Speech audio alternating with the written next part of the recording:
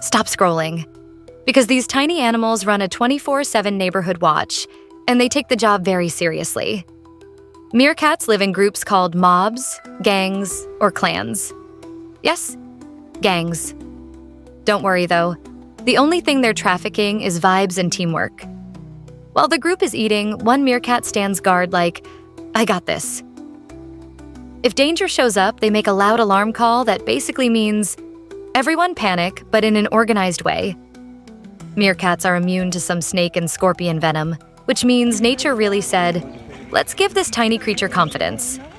They also love sunbathing, standing upright with their arms out like they're charging solar power. Honestly, relatable. So next time you see a meerkat, remember, small body, big attitude, zero fear. Like and subscribe for more wild animal facts, and comment meerkat if you'd trust one to guard your house.